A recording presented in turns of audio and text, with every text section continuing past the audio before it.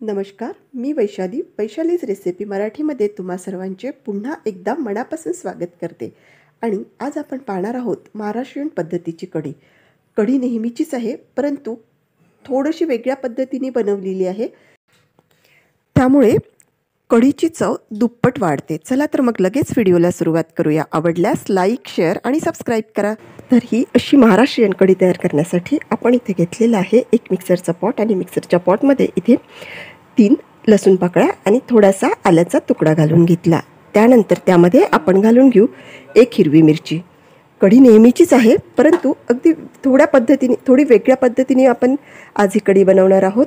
तर पद्धत थोडी जरी वेगळी असली तरी खायला मात्र त्या कढीपेक्षा ही कढी अतिशय अप्रतिम लागते। एकदा करून पहा। आता याचा आपण जाडसर वाटण तयार करून घेऊ। हे बघा, अशा पद्धतीचं जाडसर वाटण आपण इथे तयार केलेलं आहे। त्यानंतर आपण घेतलं इथे 1 पाव भरून आंबट दही। आता हे आंबट दही यामध्ये घालून घ्यायचं। पहिल्यांदा थोडंसं घालून घ्यायचं, फिरवून घ्यायचं आणि त्यानंतर बाकीचं दही घालून घ्यायचं। 1 पाव दह्याला आता आपण इथे पोहे खायच्या चमच्यानी 1.5 चमचा भरून चण्याचं बेसन घालून घेतलं।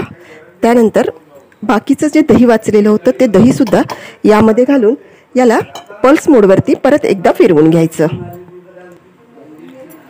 अशा पद्धतीने मिक्सरमधून आपण दही फिरवलं ना की कढी अगदी छान प्लेन होते।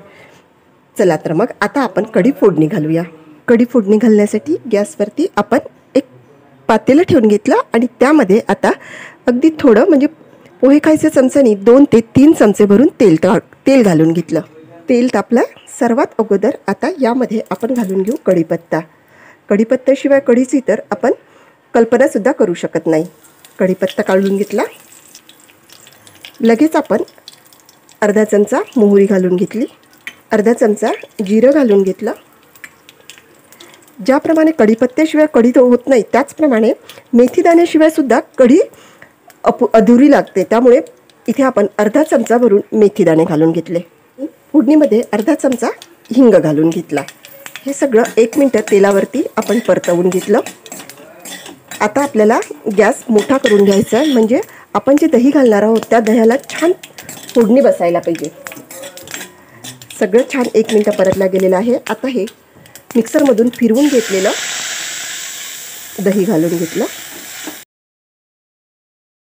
जेवढं आपण दही घेतलं तेवढंच आता यामध्ये आपण पाणी घालून घेतलं आणि पाण्याचं प्रमाण आपल्याला कितपत आंबट कढी आवडते तेवढं आपण यामध्ये पाणी घालून घ्यायचं। तर आता मी घेतलेलं दही मीडियम आंबट होतं, म्हणजे खूप जास्त आंबट नव्हतं, मीडियम आंबट होतं।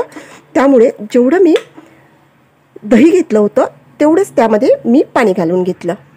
आणखी थोडंसं पाणी घालून घेतलं। 1 पाव चमचा हळद घालून घेऊ आणि अर्धा चमचा भरून मीठ आपल्या चवीनुसार घालायचं। मिक्स करून घ्यायचं आणि या कढीला आता मस्त 3 ते 4 उकळ्या काढून घ्यायच्या। 4 ते 5 मिनिटं झालेल्या आहेत आणि बघा आपल्या कढीला छान उकळी आलेली आहे आणि परफेक्ट कन्सिस्टन्सी आपल्या या कढीची झालेली आहे। आता यामध्ये आपण घालून घेऊ अर्धा चमचा भरून साखर ही सर्वात शेवटी घालायची। ज्यावेळी आपण कढी आता बंद करायची आहे आपल्याला त्यावेळी साखर घालायची। साखर घातलेली आहे। त्यानंतर लगेच कोथिंबीर घालून घेतली आणि इथे आपली ही मस्त अशी महाराष्ट्रीयन पद्धतीची कढी तयार झालेली आहे। आजचा व्हिडिओ थोडा जरी आवडला असेल तर व्हिडिओला लाईक करा, भरपूर शेअर करा आणि सबस्क्राईब करा। चला तर मग भेटूया पुन्हा एकदा अशाच मस्तशा व्हिडिओमध्ये। धन्यवाद।